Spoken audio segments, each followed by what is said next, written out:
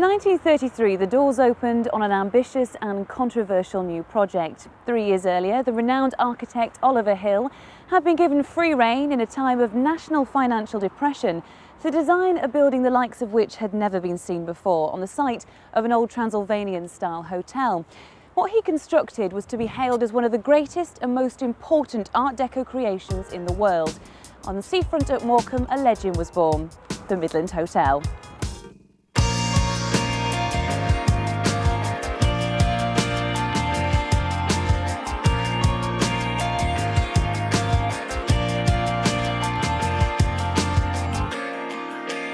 People stand in line. Seeing it is a crying shame that it's gone how it has. People stand in line. It's worse than I ever expected it being. People stand in line. A premonition now. The killer's angel eye. But now I'm again. In its heyday, it was marvellous because we used to meet up with friends in the bar at the back. And you had this lovely atmosphere just to sit and chat and have a drink, you know, but to see it like this, I can't believe it. When I first came to the hotel, they had a very plush red carpet, and that was hiding a mosaic floor. A few years ago, they wanted to have a look at the mosaic underneath, and they asked the chef if he could cut a hole in the carpet with a meat cleaver or a carving knife at the spot where they hoped they'd see the mosaic, which was actually a seahorse. And fortunately, he got the right spot, and so he cut open the carpet, and there was the old mosaic seahorse revealed. Due to the Depression in the late 20s, many people could no longer afford to travel abroad and were once again looking to the British seaside resorts to spend their summer holidays. The London, Midland and Scottish Railway Company commissioned the hotel to be built in order to tempt the wealthy middle classes towards Morecambe as their #1 destination. The design of the hotel was to prove immensely popular. With the convex side facing the beach, every room had breathtaking views of the waves. And Lord Clonmore, writing for the Architectural Review, stated that it rises from the sea like a great white ship, gracefully curved. The reason I got to them working at the Midland was by literally knocking on doors and asking them if they got any work, because I was at college at the time and wanting to get into the industry, and it was a case of just trying all the hotels in Morecambe, and fortunately the Midland gave me the chance of working with them. Every day varied. If you're on a breakfast shift, you start 7 o'clock through till about 10:30, 11 o'clock. All the chefs that worked there, at the time, everyone worked well, we played well, and we had some good times together. Sunshine. The Midland Hotel succeeded in bringing holidaymakers back to Morecambe, and suddenly the town found itself at the forefront of the British seaside summer once again. Tourists would make a point of visiting this elegant structure, and those not fortunate enough to afford a room for the night would make a point of relaxing over a long drink, taking in their surroundings in the public bar. The hotel was owned by Lewis Hodgson during the 1950s, and one of the regulars back then was Bobby Parks. Well, I remembered it before the Hodgsons came, when it was owned by LMS, the British Railways. But when the Hodgsons came, the hotel became my local. We became best friends, and I spend most of the weekends here. During the war, the government made a requisition for the hotel to be turned into a hospital. In 1946, when the threat was over, ownership was handed back to the Railways Company, who successfully ran the Midland until the nationalisation of the railways in 1952, when it began its new life under private ownership.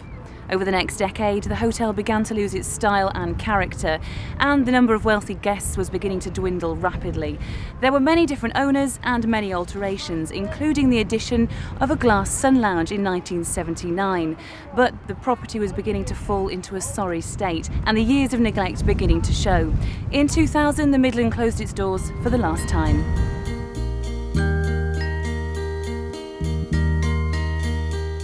Now, Sue, we're in the Sun Lounge, which was a later addition, or what remains of it. What was the hotel like before this was built? Before the Sun Lounge was built, well, that was the outside wall, the ground floor outside wall, and many years ago that was an open loggia. There were no windows in there. That was where people sat recreational, writing postcards in the sun. And then this sun lounge was built on as a later addition for people to be, obviously it's inclement weather, to still enjoy being sort of outside, but still within the hotel grounds. With these fantastic views, obviously, oh, yeah, across the sea there. Super. Sunsets from here, over a drink, or a G&T or a cup of coffee, something absolutely fantastic. We've actually had a function in the hotel and we utilised this all the time, and it was absolutely wonderful. Our eldest son, Stephen, and Kay, they had their wedding reception here, and it was absolutely perfect. Brilliant day. Sun was shining, everything went super. And unbeknown to us, it was Morecambe Carnival Day. So, of course, when we all arrived, we were late getting here, and by the time we got here, the Red Arrows were up doing the performance. And as we're going in, they did the heart, It was absolutely magnificent. So, of course, all the guests were outside, they wouldn't go in. And the management and staff were furious because we were holding everything up, you see. And then by the time everybody starts going in, the majority of the guests thought we'd put all this display on because Stephen, that got married, he was in the RAF, you see, as if. But it was absolutely perfect. At its peak, the Midland Hotel attracted some of the most talented stars in the country. We've had Pete Murray, who turned the illuminations on. Sally Thompson was for the beauty contest judges. We had the Liver Birds actually there, who did an illumination switch on. We had Shawadi Wadi staying there when they actually played at the Winter Gardens. Next stars I remember were Bud Appard and Lou Costello. They stayed here for a long time. They were appearing at the Winter Gardens, of course. The crowd are on their toes, and no wonder, for Abbott and Costello arrive. It's nice work if you can get it. So leave that cup alone, Lou, and concentrate on the girls, please. One night, Lou Costello was being a little bit naughty, and he upset one or two people. And he was asked to leave and bundled into a taxi with his luggage. Well, of course, it was the high season in Morecambe, and there wasn't a room to be had. So he was riding around in a taxi all night, and eventually he came back about 7 in the morning and begged to be allowed back into the hotel. He'd already offered to buy it, but he was told it wasn't for sale. Anyway, he was allowed his room back, and no further problems. Former resident Rennick Hodgson and his family lived here for several years. He's revisiting the Midland today to meet an old friend from the hotel who he hasn't seen for the past decade. Hi, John. Rennick. Well, how are you keeping? Yeah, pretty good. We'll be walking around the hotel with these two in the second part of today's show. How are you keeping? Good. The Midland Hotel in its heyday provided a home from home for many big names, including the actor Sir Laurence Olivier, who stayed here in 1959 whilst filming the movie The Entertainer. After the break, as well as exploring the rest of the hotel, we will also be exploring the interior of the dressing rooms and the main backstage areas of the movie's main location, the Winter Gardens.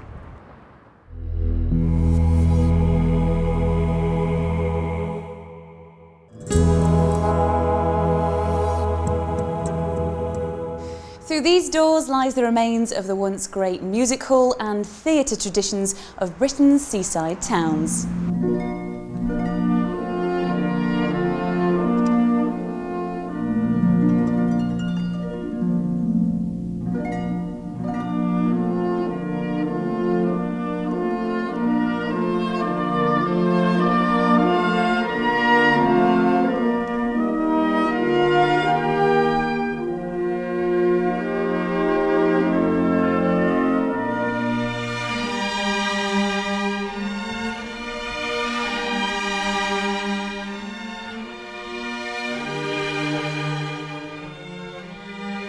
We'll be continuing to explore the Midland Hotel later in the show, but for now I'm joined by Evelyn Archer. Thanks for joining us, Evelyn. Tell us a bit about how you became involved with the Winter Gardens and the preservation of it. Well, I became involved in 1985 and formed the Friends in early '86. There was a fear that the building was going to be demolished, And so we worked as a pressure group to help save the building from demolition. So you've been working for 17 years now Yes, to save the building. And it's been through many lives, hasn't it? They filmed a movie here, The Entertainer, with Sir Laurence Olivier. They did. The location was here, so that stage, I suppose, was he on there? That's where Laurence Olivier stood during The Entertainer, during the last shot of The Entertainer. Great. So famous faces seen here then. And during the war, wasn't it used by the RAF at all? It was. The servicemen came before they were sent off to war, and we had many RAF men within the town. They used the building as a lecture theatre, really, as a lecture hall.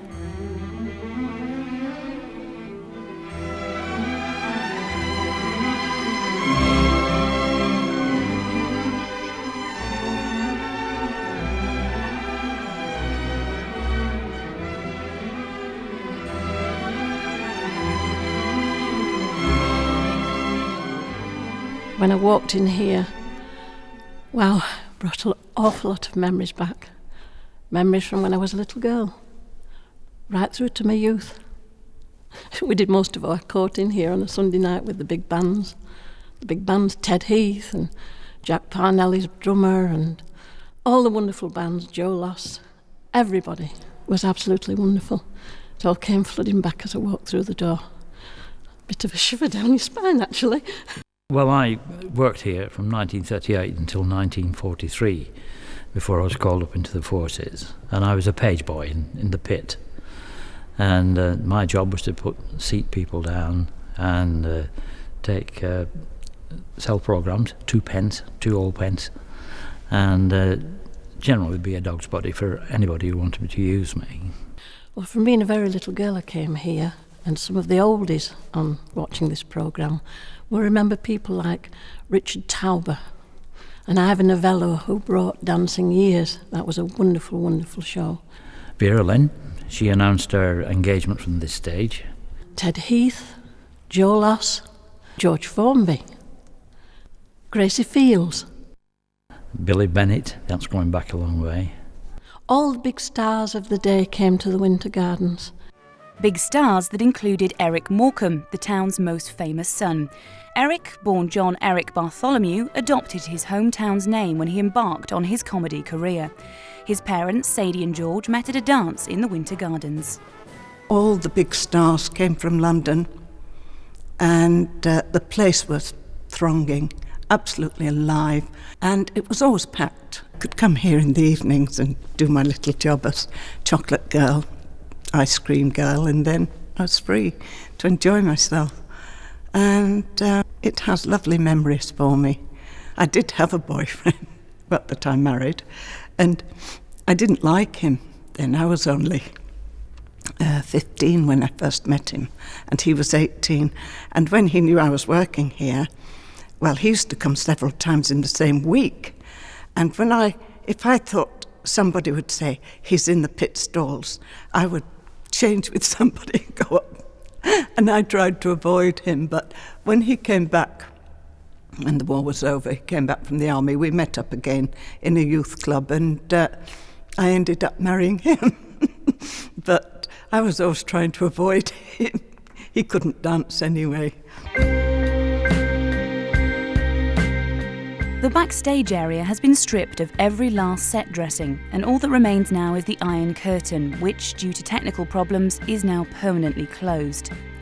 Even the basement, which used to be teeming with life, is now completely void of all memories, with the old trapdoor to the stage sealed up for good.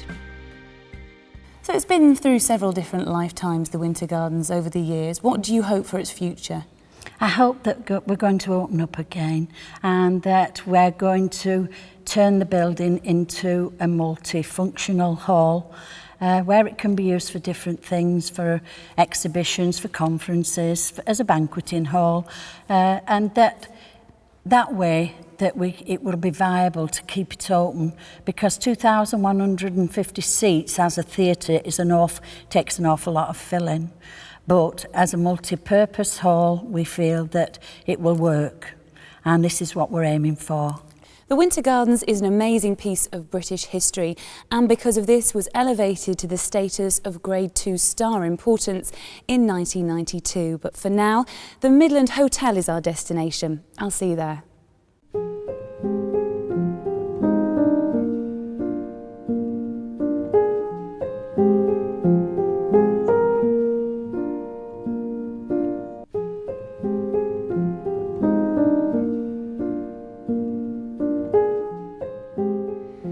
So Rennick, your family used to own the hotel and obviously had a suite of rooms here, and John, you came to stay with Rennick. As little boys, that must have been really fun. I bet you've got some great stories. Yeah, we had some good weekends here. So Rennick was just mentioning that we used to play cricket on the roof, which I'd forgotten about till Rennick. You were allowed up onto the roof? Well, no, I don't think we were allowed up there, but we used to... We knew where the key was. We knew where the key was. Terrors. Losing balls was always a problem. Yeah, especially the cork ones. So did you boys spend Christmas here then, ever? Well, yes, I mean, I obviously spent 8 or 9 Christmases here, and John would spend 2 or 3 here with me. The main Christmas tree was always at the back there by the, what are now doors, and the central arch here was usually hung with decorations. I can remember Liberace his piano one year in particular being up there. Yeah, not real Liberace, of course, although... Morecambe's Liberace. Morecambe's Liberace, yeah. Yeah, all on wires and puppets. It was a great scene at Christmas. Oh yes, it was a magical place at Christmas, yeah. How about we go and check out the cocktail bar? John's Cocktails. John's Cocktail Bar. This used to be the cocktail bar, the famous cocktail bar. The bar was there, of course. It was sort of a round bar there. In fact, it was in that panelling, wasn't it? That's the original panelling. Yeah. And the remains of a clock. And the remains of the old well. clock up face up there, yeah. Well, John was the cocktail barman, famous for his cocktails. Bit of a character, wasn't Yeah, very much a character. Yes. Yeah, absolutely. Total character. I see that these days they've got a beer pump in here. Wouldn't have been allowed in John's day. That's beer only. Yeah. Really? When S&N first took over, I remember coming back to see him, and there was a beer pump that had been put on the end of the bar. It permanently had a bar towel over it. No beer. So it was just cocktails and bottled drinks beer. and yes, very good, classy drinks. Blue jean baby, LA lady, seamstress for the band, pretty eye, pirate smile, you marry a music man. Ballerina, you must have seen her dancing in the sand. Now she's in me, always with me, tiny dancer in my hand. So, Peter and Sue, what are your memories of the building? Well, I first came here in the 1970s for a dinner, and I remember going through the doors, seeing the red plush carpets and so on, and finding it really quite intimidating. And there were so many staff, and I didn't know where the bar was or anything, and I began to think, well, can I afford to be in here? It was really quite frightening. And what about you, Sue? Lots of memories right through my life here of parents coming in and meals and functions, but the one in particular is about 6 years ago we stayed here for a New Year's Eve ball, and we actually stayed in the hotel, all in costume was the ball. It was absolutely wonderful, right back to the period. It was super music and everything, a band, and the heating was on 24 hours of the day, so we were all frying. I think that was probably the start of 1 or 2 problems with the hotel. Absolutely great time, super memories.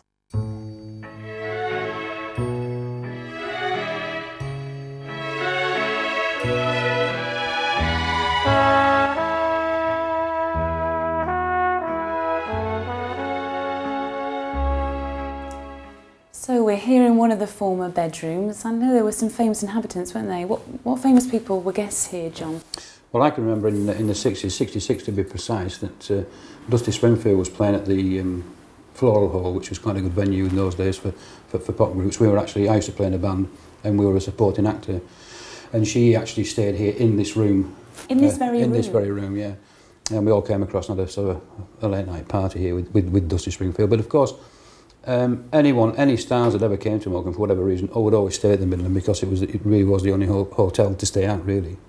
And so when you lived here? We went in 1960, but before that there was lots of stars came up to the Winter Gardens. Alma Cogan stayed here for quite a long time. So as young boys you'd be tearing around the hallways and so on and so forth. What about the cellars? Was there anything spooky going on down there? Fred's cage. Oh yes, it was all wired off. Fred was sort of the master of everything, wasn't he? He was actually the carpet fitter. He was a carpet fitter, wasn't he? And indeed it was a cage, but of course it was his workshop. But as kids it was quite a magical place, wasn't it? Really? Oh yes, it was. Quite a spooky place as well. The decoration on the wall of the rotunda was originally created by the artist Eric Revilius. Unfortunately, the mural began to peel away only a few years after completion and had to be reconstructed in 1989 when filmmakers decided to use this location for an episode of Agatha Christie's Poirot.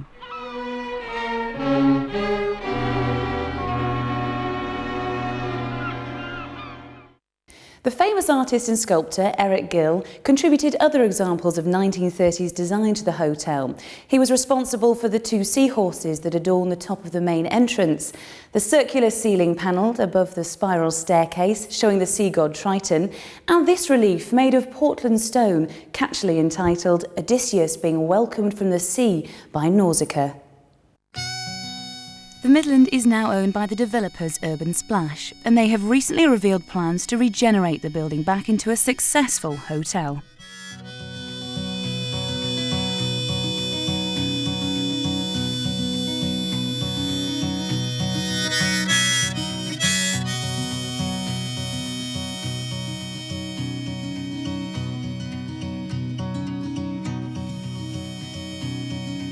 The future looks bright for the once bustling seaside resort of Morecambe.